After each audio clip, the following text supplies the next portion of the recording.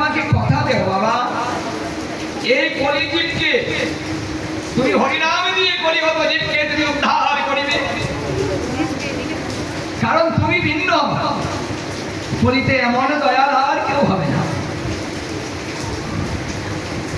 তোমার মতো এমন পতিত পাবন আর কেউ হবে না। এই কথাটা তুমি আমাকে দাও।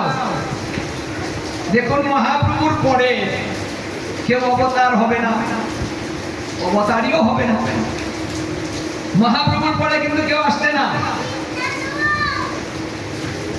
একটা অবতার বাকি, আর সেটা হলো কল্কি অবতার। সমস্ত অবতারের পালা শেষ, তাদের আসা যাওয়া শেষ। এখন শুধু একটা অবতার ধ্বংসের, কল্কি অবতার হচ্ছে ধ্বংসের অবতার। এই কলিকালে পাপ বাড়তে থাকবে, পাপের মাত্রা এমন স্থানে গিয়ে পৌঁছাবে যে মানুষকে আর কোনো জ্ঞান দেওয়া সম্ভব নয়। মানে মানুষের পাপগুলো এই পর্যায়ে চলে যাবে যে মানুষকে আর জ্ঞান দিলে জ্ঞান দিবে না, সাধুগুরু বৈষ্ণবকে আর মানবে না, গুরুদেবের কাছে কেউ যাবে না, এই নাম সংকীর্তনে আসবে না, এই জগন্নাথকে দর্শন করতেও করতে বেরোবে না। মানে এমন একটা সময় আসবে যে সময় আর কোনো উপায় নেই, শেষ উপায় কি তাদেরকে ধ্বংস করে দেওয়া, শেষ করে দেওয়া ছাড়া কোনো উপায় নেই। তখন কি করবেন? তিনি আরেকটা অবতার গ্রহণ করবেন, কল্কি অবতার। সেটাও ভাগবতে বলেছে কার ঘরে জন্ম নিবে? ভারতের দক্ষিণ ভারতে সাম্বল গ্রাম বিষ্ণু যশা ব্রাহ্মণের ঘরে জন্ম নিবে। সে ধস্যে আরোহণ করবে, তরবারি হস্তে দুষ্ট দমন করবেন, মানে দুষ্টকে দমন করবেন। তখন ভগবান কেন আসবেন? আর বোঝাতে আসবেন না যে তুমি ধর্ম করো, শ্রবণ করো, দর্শন করো, ভক্ত সঙ্গ করো, প্রসাদ গ্রহণ করো, একটু প্রদক্ষিণ করো, একটু সাষ্টাঙ্গে প্রণাম করো। এই তথ্যগুলো তখন আর বলার জন্য আসবেন না। কেন আসবেন? শেষ করে দেওয়ার জন্য আসবেন। তরবারি হস্তে ওনার ব্যাগটা এমন হবে তাকে চোখে দেখা যাবে না, মানে এত ব্যাগ থাকবে তাকে দেখা যাবে না, শুধু লাশ পরে আছে দেখা যাবে। কিন্তু সেটা তো অনেক পরে বাবা, ওটা তো এখন নয়। কল্কি অবতার হবে, এই কলিকালের সময় সীমা শেষ হয়। 4,32,000 বৎসর পূর্ণ হলে তখন তিনি আসবেন, তার আগে কিন্তু আসছেন না। তাহলে মহাপ্রভু ছাড়া আমাদের কিন্তু দ্বিতীয় গতি নেই, একমাত্র মহাপ্রভুই কিন্তু আমাদের শেষ গতি, শেষ আশ্রয়স্থল, শেষ, যিনি আমাদের সমস্ত সহজ কিছু করে দিলেন, যেটা অন্য কেউ করেননি। একমাত্র মহাপ্রভুই করেছেন যে শ্রবণ করো, হরিনাম করো, নৃত্য করো, হ্যাঁ, প্রণাম করো, নিজে আচরিয়া ধর্ম শেখাতে তিনি এসেছেন, অন্য কেউ আসেননি। এইভাবে আচরণ করেননি, ভক্ত সঙ্গ করেননি, অন্য অন্য অবতারা এগুলা করেননি। আমার একমাত্র মহাপ্রভু করেছেন, আমাদেরকে ভালোবেসে করেছেন, আমাদের হিতার্থে করেছেন, আমাদের কথা চিন্তা করে করেছেন। তিনি আমাদের এত ভালোবাসেন, আমাদের দুঃখ কষ্ট তিনি সহ্য করতে পারেন না বিদায় এসেছেন। কারণ জীব তো আমি সৃষ্টি করেছি, ওদেরকে উদ্ধার করতে হবে, আমাকে যেতে হবে। তাই তিনি ভগবত তত্ত্ব ছাড়লেন, জীব তত্ত্বে আসলেন, ঐশ্বর্য পরিত্যাগ করলেন,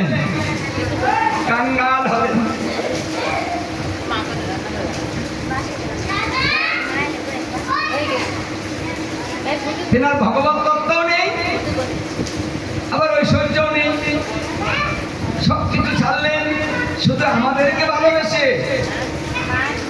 তাই আমাদের ভালোবাসাটা এমন, তিনি বেসেছেন যে জগন্নাথ মন্দিরে গিয়ে সেই কথাটাই বলেছিলেন যে সেই দিন আমার মায়ের কাছে আমি কথা দিয়েছিলাম, মা আমি তোমাকে কথা দিলাম এই কলিহত জীবকে আমি হরিনাম দিয়ে উদ্ধার করিব। কথা দিয়েছি, কিন্তু কাজটা করতে পারি। আমার অসমাপ্ত যে কাজ বাকি আছে, যে কাজ, সেই কাজটা আপনারা সকল ভক্তরা মিলে করবেন। মানে আমার দায়িত্ব আমি সকলের উপরে নির্ভর করে দিচ্ছি। আমার এখন ভক্তদের উপরে সব ছেড়ে দিতে হচ্ছে, কারণ আমি আর পারছি না। দেখুন প্রত্যেকটা ভক্তের কত দায়িত্ব, এই দায়িত্ব আমার মহাপ্রভু অর্পণ করেছেন। এই বৈষ্ণবরা কেন মানুষের ধারে ধারে ঘুরে? কি গো, কেউ ভজন করলে করুক, না করলে নেই, বৈষ্ণবের কি আসে যায়? কেন বলতে যায় ও মা একাদশী করো, ও বাবা একাদশী করো, একটু ভগবানকে বসিয়ে পূজা করো, গলায় একটা তুলসীর মালা ধারণ করো। এই কথাগুলো কে বেশি বলে গো? এই বৈষ্ণবরা বেশি বলে না? ঠিক, এই কথা বলার জন্য বৈষ্ণবরা কি পায়? এই কথা বলে বৈষ্ণবরা কি ওই টাকা চায় যে আমি তোমাকে উপদেশ দিচ্ছি, তুমি আমাকে টাকা দাও? কারণ বৈষ্ণবের স্বভাব হয় তারিতে পামর, নিজের কার্য নাই তবু যায় পরের ঘর। হ্যাঁ, ওটা হলো বৈষ্ণবের স্বভাব। নিজের কার্য নাই তবু মানুষের ধারে ধারে যায়। এই জন্য বৈষ্ণবদের দায়, দায়টা কেন? সেই দায়টা আমার মহাপ্রভুই দিয়েছেন, দায়িত্ব দিয়েছেন। হে ভক্তগণ, তোমরা কথা দেন আমার হয়ে এই জীবকে উদ্ধার করার জন্য ধারে ধারে গিয়ে হরিনাম দিবে, এই তত্ত্ব কথাগুলো বলবে। দায়িত্বটা আমি তোমাদেরকে দিলাম, দায়িত্বটা গ্রহণ করো। বাহ! সেই দিন সকল ভক্ত জগন্নাথ মন্দিরের সামনে আমার মহাপ্রভুকে কথা দিয়েছিলেন, হে প্রভু তোমার আদেশ আমরা অক্ষরে অক্ষরে পালন করিব, আমরা এই হরিনাম ধারে ধারে পৌঁছিয়ে দিব। দায়িত্ব নিলাম, মহাপ্রভু দায়িত্ব দিয়ে নিশ্চিন্ত হয়েছিলেন। আজ থেকে আমি নিশ্চিন্ত হলাম, আমার দায়িত্ব আপনারা পালন করবেন। বাহ! সকল ভক্তের উপরে দায়িত্ব দিয়ে মহাপ্রভু সেখান থেকে দৌড় দিয়ে জগন্নাথ মন্দিরে প্রবেশ করেছিলেন। হঠাৎ করে দৌড় দিয়েছিলেন, কথা বলতে বলতে দৌড় দিয়েছিলেন। জগন্নাথ মন্দিরে প্রবেশ করার সঙ্গে সঙ্গে মন্দিরের দরজাটা লেগে গেল। সকল ভক্ত পিছনে পিছনে গিয়েছিলেন, কিন্তু তারা মন্দিরে প্রবেশ করতে পারেননি। আবার কিছু সময় পর মন্দিরের দরজা আপনি আপনি খুলে গেল। সকল ভক্ত মন্দিরে প্রবেশ করে দেখলেন আমার মহাপ্রভু নেই। এই যে মহাপ্রভু এই জগন্নাথের সঙ্গে গিয়ে একাকার হয়ে গেলেন, বিলীন হয়ে গেলেন। আমার গৌর হরি যেহেতু এখানে বিলীন হয়েছেন, অচল জগন্নাথ সচল হয়ে গিয়েছে।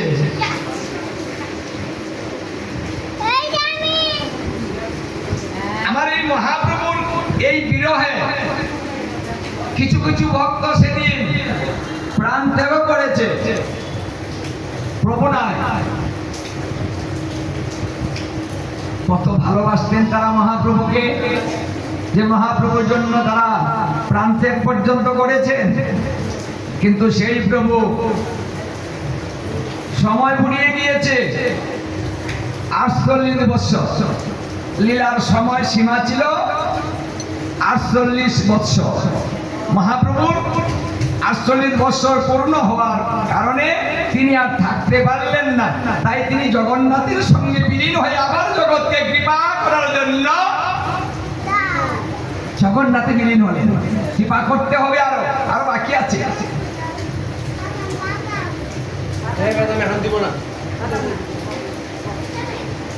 এই জন্য আমার মহাপ্রভুকে জগন্নাথের মধ্যে দর্শন করব। যারা জগন্নাথকে দর্শন করবেন তারা মহাপ্রভুকে দর্শন করবেন, কৃষ্ণকে দর্শন করবেন এবং জগন্নাথ দর্শন দেখুন সব একাকার হয়ে গিয়ে এক দর্শনে সব দর্শন হয়ে যাচ্ছে। একটা সুযোগ ভাবুন, শুধু ভাবতে দর্শন করুন, এখানেই সব। তাহলে এই ভাগবত তত্ত্বটা এত সরল হওয়ার কারণটাই হচ্ছে এই জীবের জন্য। শুধু চিন্তা একটাই, জীবকে কি করে মুক্ত করা যায়। তাই বলছি এক স্থানে যদি একটা বৈষ্ণব থাকে তাহলে সমস্ত এলাকাবাসী ধন্য হয়ে যায়। এই কথা নৃসিংহদেবের যখন নৃসিংহ পুরাণে প্রহ্লাদকে নৃসিংহদেব বলেছিলেন, হে প্রহ্লাদ, তুমি আমার কাছ থেকে কিছু চাই না, আমি তোমাকে বর দিতে চাই। তখন সে বর চেয়েছে কি বল, যে কলিকালে ঘরে ঘরে যেন বৈষ্ণব হয় সেই বর। মানে বৈষ্ণব যেন ঘরে ঘরে হয়। নৃসিংহদেব বললেন, আচ্ছা ঘরে ঘরে বৈষ্ণব হলে তোমার কি লাভ? তুমি তোমার জন্য কিছু চাও, তা তো তুমি চাইলে না ঘরে ঘরে বৈষ্ণব হবে, বাহ, তাতে তুমি কি পাবে? তখন প্রহ্লাদ বলেছিল, হে প্রভু, যদি ঘরে ঘরে বৈষ্ণব হয় তাহলে কলিজীবের গতি হবে। কারণ বৈষ্ণবে যেখানে থাকবে প্রভু তুমিও সেখানে থাকবে, মানে বৈষ্ণবে যেখানে যাবে তুমিও তো সেখানে যাবে। কারণ কলিজীবের বৈষ্ণব হবে বিষ্ণু প্রচন্ড বিগ্রহ। বৈষ্ণবের একটা কথা যদি কেউ পালন করে তাহলে সেই ব্যক্তি কোনোদিন নরকগামী হবে না। এই কথাটা তো কলিকালের জন্যই বলা হয়েছে। এই সহজ কথাটাও কিন্তু অন্য যুগে বলা হয়নি। একটা কথার মূল্য কত? বৈষ্ণবকে দর্শন করিলে পারাপ্ত কর্মফল নাশ হবে। মানে পূর্বের বা আগের জন্মেও যদি পাপ থাকে তাহলে বৈষ্ণব দর্শনের সঙ্গে সঙ্গে সেটিও ধ্বংস হয়ে যাবে। বৈষ্ণবকে যদি একবার কেউ সেবা দেয়, পদ্মপুরাণ উত্তরাখণ্ডে যমরাজ বললেন, যদি বৎসরে একবার বৈষ্ণব সেবা দেওয়া হয় তাহলে সেই গৃহে যমদূত প্রবেশ করতে পারে না, মানে আমার দূতগুলা ওখানে যেতে পারে না।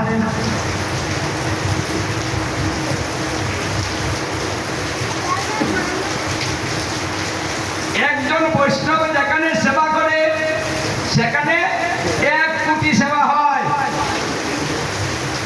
একজন বৈষ্ণবের সঙ্গে 1 কোটি এক সমান করে দেওয়া হয়েছে।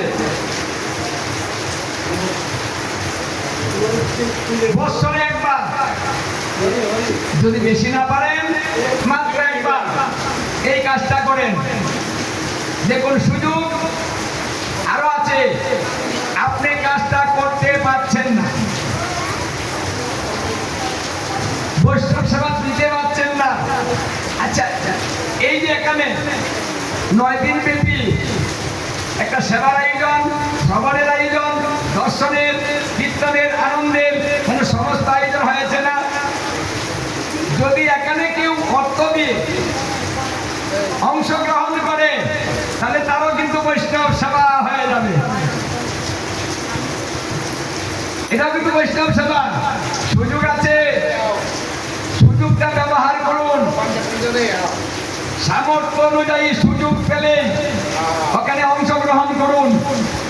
কে করছে অনুষ্ঠান দেখার দরকার নেই, আপনি অংশগ্রহণ করুন, কিছু অর্থ সেখানে দেন, বৈষ্ণব সেবায় লেগে যান, আর আপনি সেই কৃপাটা পেয়ে যাবেন। মানে এই যুগে যে সুযোগগুলা দেওয়া হয়েছে, এই সুযোগগুলা কিন্তু আমরা সহজে পাবো না। এই সুযোগগুলা প্রতি কলিতে আসে না। এই সুযোগ আসে ব্রহ্মার একদিনে একবার, বেশিবার সুযোগ না, একবার। কয় বছর পরে? 216 কোটি বৎসর। যখন 216 কোটি বৎসর হবে, তখন যে কলি আসবে, ব্রহ্মার একদিনে 14টা মন্বন্তর হয়। 14টার মধ্যে যখন অর্ধেক হবে, সপ্তম মন্বন্তর, মানে 7টা মন্বন্তর। এই সপ্তম মন্বন্তরে অষ্টাবিংশ চতুর্যুগে যখন এই কলি হবে, সেই কলিতে আমরা এই সুযোগগুলা পাবো। প্রত্যেক কলিতে পাচ্ছি। আপনি প্রত্যেক কলিতে এই জগন্নাথ দর্শন করলে পাপ মুক্ত হবেন, মুক্তি লাভ করতে পারবেন না। রশি ধরার সঙ্গে সঙ্গে আপনার জন্ম মৃত্যু নিবারণ হবে না। এটা অন্য কলিতে নয়, শুধু এবারের কলিতেই। তাহলে যে সুযোগটা 432 কোটি বৎসরে একবার পাওয়া যায়, সেই সুযোগটা আমরা পেয়েছি। তাহলে আমরা কিন্তু খুবই ভাগ্যবান, ভাগ্যবতী যে আমরা সুযোগ পেয়েছি। যমরাজ আরো বলেছিলেন, সাধু গুরু বৈষ্ণবের মুখনিসৃত বাণী যদি একটা কেউ পালন করে, হে দুর্গণ তোমরা তার কাছে যেও না। সাধুগুরু বৈষ্ণবের একটা বাক্য যদি কেউ পালন করে, তাহলে যমরাজ বললেন যে তোমরা তার কাছে যেও না। একটা বাক্য যে পালন করেছে, মানে একজন ভক্তের বাক্য পালনকারীকে দূতেরা স্পর্শ করতে পারে না। একটা বাক্যের মূল্য কত দেখুন। যত সুযোগ ছিল ভগবানের কাছে, এবার সেই সমস্ত সুযোগ আমাদেরকে দিয়ে দিলেন। আমাদের এত সুযোগ রেখে ব্রহ্মা পর্যন্ত আক্ষেপ করেছিলেন, আমি কেন মানুষ হইলাম না, আমি কেন এই পৃথিবীতে জন্মগ্রহণ করলাম না, আমি কেন ব্রহ্মলোকে ব্রহ্মা হলাম, আমি সুযোগ পেলাম না। হে গোবিন্দ, আমার যদি আবার জন্ম হয়, সেই জন্মটা যেন এই ভারতবর্ষে মনুষ্য লোকে হয়, এই কথাটা আক্ষেপ করে ব্রহ্মা বলেছিলেন। ব্রহ্মা আরো বলেছিলেন, হে গোবিন্দ, যদি তুমি আমাকে মানুষ বানাতে না চাও, তাতে আমার দুঃখ নাই। মানুষের নিচে আমাকে জন্মগ্রহণ করে দিও, মানুষের নিচে দিও, আমাকে তৃণলতা ঘাস বানিয়ে দিও, তারপরেও মানুষের নিচে আমাকে দিয়ে দিও। কারণ দেহি বড় বল্লভ মুদারম, তুমি তোমার ভক্তির চরণ ধুলি মস্তকে ধারণ করো।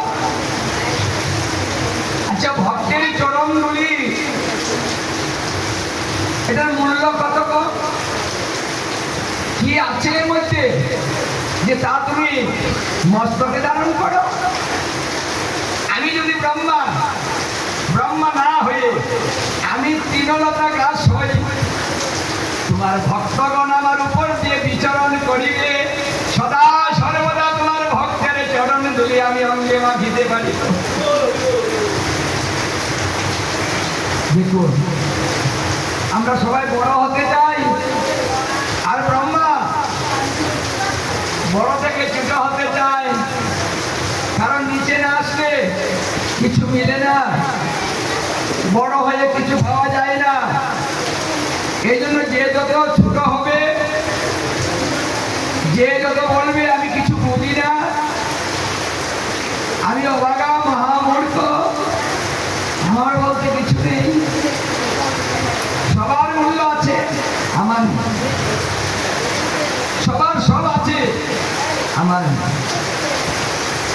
সবাই বুঝে, আমি বুঝতে পারি না।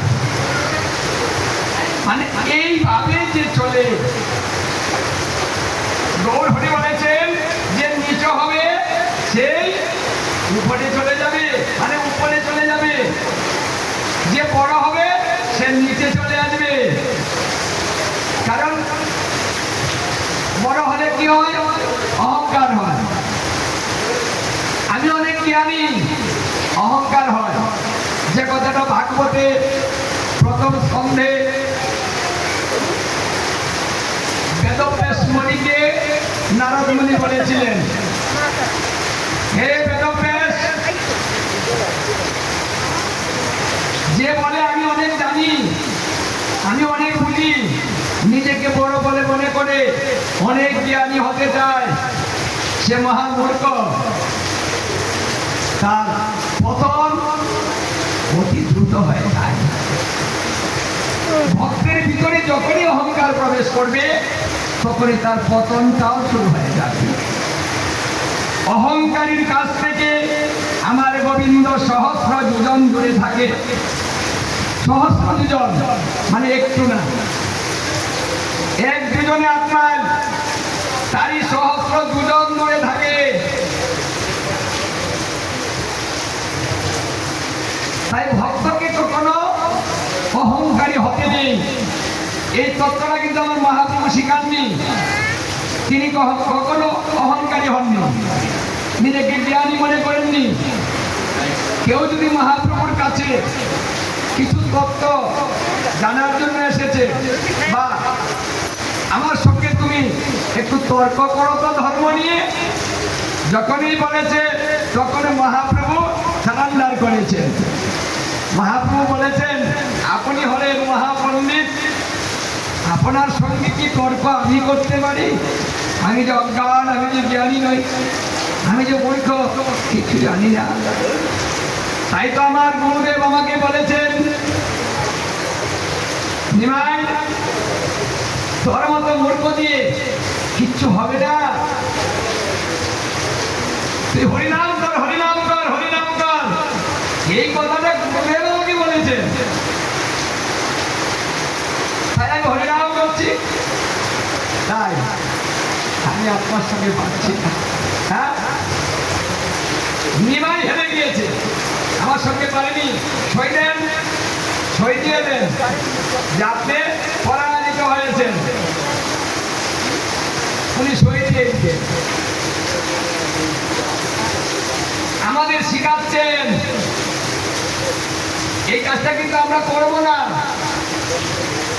আমরা যদি কিছু জেনে ফেলি, কিছু বুঝে ফেলি, কিছু শিখে ফেলি, কিছু উপরে উঠে পড়ি, মানুষ ভালোবাসতে শুরু করে, তখনই আমাদের মূল্যায়ন বাড়িতে থাকে।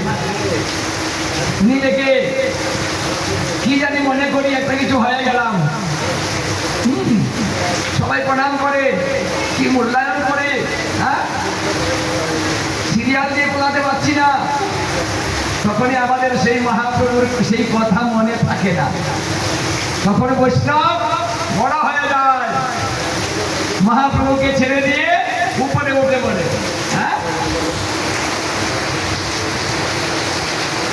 তখনই তার পতন শুরু হয়ে যায়, তার বচন হবে না, যাই কিছু করুক। এই জন্য বলছে বড় বক্তা বলো না, কিন্তু বড় ভক্ত। আমাদের বড় বক্তা হওয়ার দরকার নেই। মহাপ্রভু যা শিখালেন, ভালো ভক্ত। এই জন্য ব্রহ্মা জ্ঞানী, ব্রহ্মা জ্ঞানী বিলাই কিন্তু তিনি তৃণলতা গাছ হতে চেয়েছেন, বড় হতে চাননি। কারণ ভক্তের চরণ তুলি যদি অঙ্গে লেগে যায়, সমস্ত পাপ থেকে মুক্ত হয়ে বৈকুণ্ঠে চলে যায়। মানে চরণ তুলি তার এত গুণ, এটা ভজন করতে হয় না, গ্রহণ করলেই হয়। এই জন্য মহাপ্রভু কিন্তু তত্ত্বটা শেখানোর জন্য যেখানে কীর্তন হতো, ভক্তরা সমাগম হতো, তিনি গোড়ায় গোড়ায় করে যেতেন। মহাপ্রভু আমাদের শিখিয়েছে, গোড়ায় গোড়া করে দাও, ভক্তের চরণধুলি অঙ্গে মেখে দাও।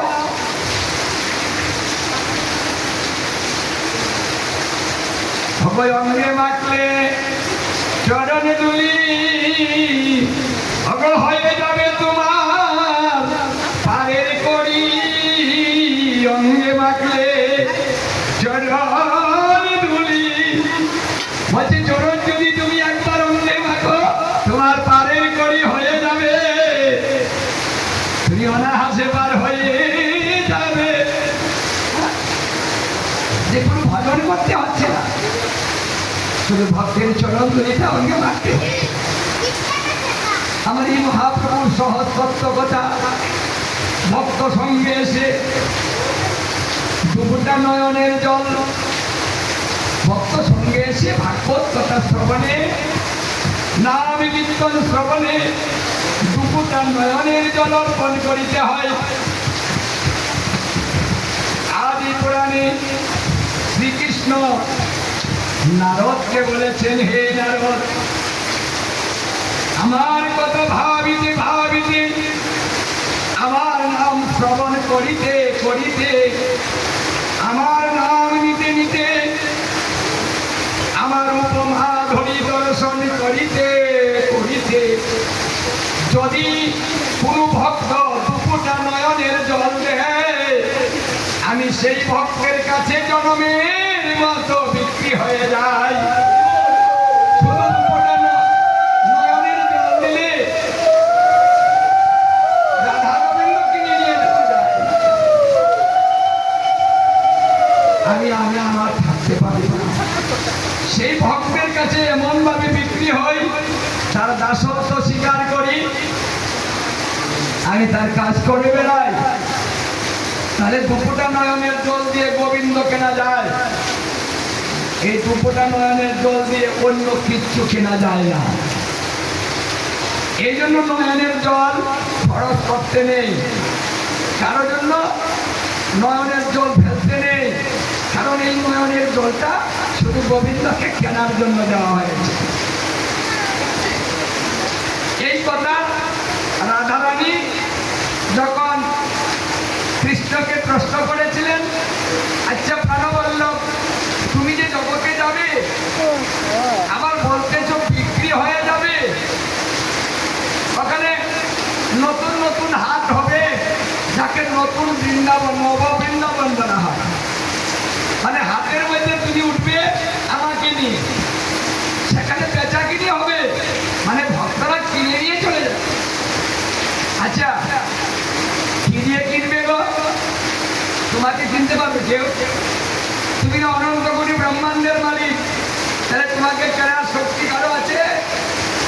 তখন রাধারানীর কাছে শ্রীকৃষ্ণ এই তথ্যটা বলেছিলেন, হ্যাঁ রাধারানী আছে। বলছে বলো তাহলে কি দিয়ে? তখন এই কথাটাই বলেছিলেন, যদি কেউ ভক্তিপূর্ণ ভাবে আমার কথা ভাবিতে ভাবিতে, শ্রবণ করিতে করিতে দুপুরটা নয়নের জল প্রদান করে, আমি তোমাকে নিয়ে সেই ভক্তের কাছে বিক্রি হয়ে আমাকে কিনে নিয়ে চলে যাবে। তাই এখানে এই যে হাট বসেছে, ওই আপনারা একটা হাটের আয়োজন করেছেন, এই হাটে বেচাকিনি হবে, বৃষ্টি কমলে এখানে প্রতিদিন বেচাকিনি হবে, এখানে প্রতিদিন কিনে নিতে পারবেন। এই হাট ভিন্ন অন্য কোনো হাটে মাত্র শুরু আপনারা হয়েছে। গোবিন্দকে কিনতে পারবেন না। এটা হলো গোবিন্দ বেচাকিনির হাট। এই হাট যারা আয়োজন করে, যারা অর্থ দিয়ে সাহায্য করে, এই হাটে যারা আসে তারা সকলেই ভাগ্যবান ভাগ্যবতী হয়, কারণ স্বীকৃতি না থাকলে এই হাটে আসা সম্ভব নয়, আয়োজন করাও সম্ভব নয়, এটাও স্বীকৃতির ফল। তাই আমাদের কাছে ধন আছে, আমরা কিনতেও পারি, কিন্তু শুধু নাই ইচ্ছা, শুধু নাই ভক্তি। ইচ্ছা এবং ভক্তি মানে দুটা কাজে লাগিয়ে আমি ধর্ম করতে পারি, তাহলে আপনার প্রতিদিন এখানে আসবেন।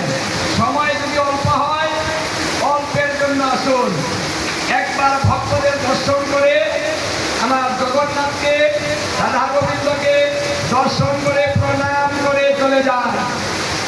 যদি সময় না থাকে তবুও এখানে কৃপাপূর্ণ কৃপা প্রাপ্ত হবে।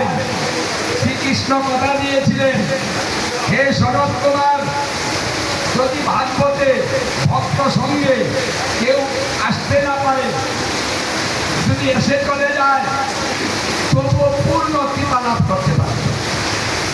যে ব্যক্তি মানে বাড়ি থেকে মন এখানে লাগবে, কোনো কারণে আসতে পারিনি কিন্তু মনটা ছিল, তার কৃপা আমি তার বাড়িতে পৌঁছিয়ে দিব। তাহলে কেমন কৃপা দেখুন তো, বাড়ি থেকে যদি মন দেন তাহলে আপনার মনটা বাড়িতেই পেয়ে যাবেন। হ্যাঁ, ভগবান ওখানে পাঠিয়ে দিবেন।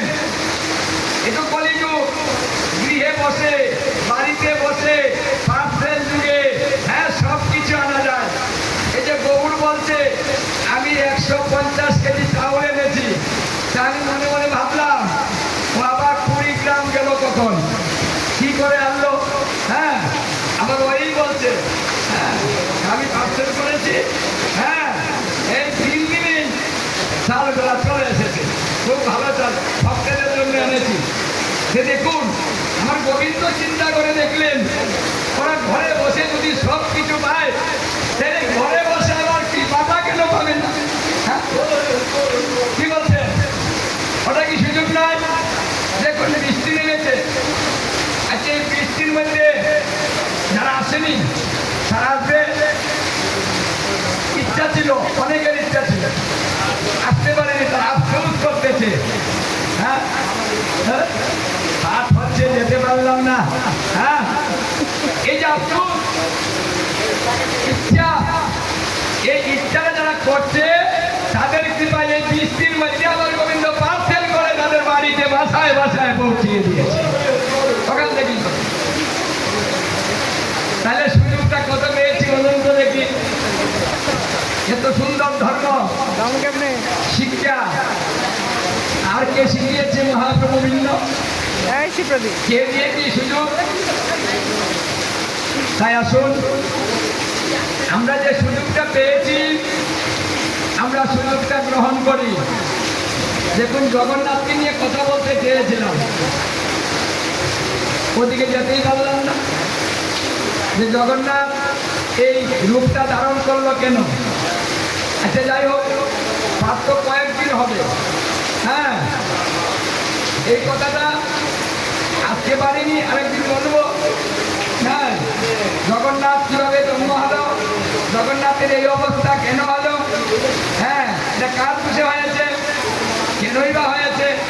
হ্যাঁ, আর এই জগন্নাথ পূর্বে কি ছিল, কোথায় ছিল, কিভাবে এসেছে, এইগুলো নিয়েও আমাদের ক্রমাগতভাবে আলোচনা হবে। আপনারা অনেক শুনেছেন, তারপরেও আরো শুনতেই হবে। তাই কথা বাজে, কথা বাজে 10:30। হ্যাঁ 10:30। তাহলে আপনি আছে প্রণালী করতে হবে। পার্সেল। আপনারা প্রতিদিন পাঠের সময় 8টা, 8টায় যদি আসেন 10টায় চলে যাবেন। দেরি করে আসলে দেরি করে যেতে হবে। একদিন তো পাঠ নয়, আজকে তো রাত বেশি হলেও সমস্যা নেই, যেহেতু প্রতিদিন আসতে হবে তাই সময়টা কিন্তু আমাদের মেনটেন করেই চলতে হবে, না হলে আরেকদিন আসা সম্ভব হবে না। যাই হোক, তাহলে এই সুন্দর কেনার জন্য, গোবিন্দ কেনার জন্য আপনারা প্রতিদিন এই হাতে আসবেন, এসে আমার গোবিন্দ কিনে কিনে নিয়ে বাড়ি চলে যাবেন। যারা গোবিন্দ নিয়ে যাবেন তারা ধনী হয়ে যাবেন। কেন ধনী হবেন না? কারণ তিনি যে অনন্ত কোটি ব্রহ্মাণ্ডের মালিক, আমরা যদি তাকে কিনতে পারি তাহলে এখানে যা আছে সবই জানার হবে। কি গো, এত বড় ধনী, সেই ধন যদি আমার করে থাকে, আমিও তো ধনী। ধনী হতে চান? এই কে কে ধনী হতে চান? দেখে হাত তুলেন তো, কারা ধনী হবেন? অভাব থাকবে না, ধনী হয়ে যাবে, সুখে সংসার গড়ে যাবে, আনন্দে গড়ে যাবে, সদা সর্বদা সুখ আর সুখ আর সুখ। নিতে চান? আসুন প্রতিদিন, হরে কৃষ্ণ ধন নিয়ে যান আর ধনী হয়ে যান। শুধু তো 1900 জন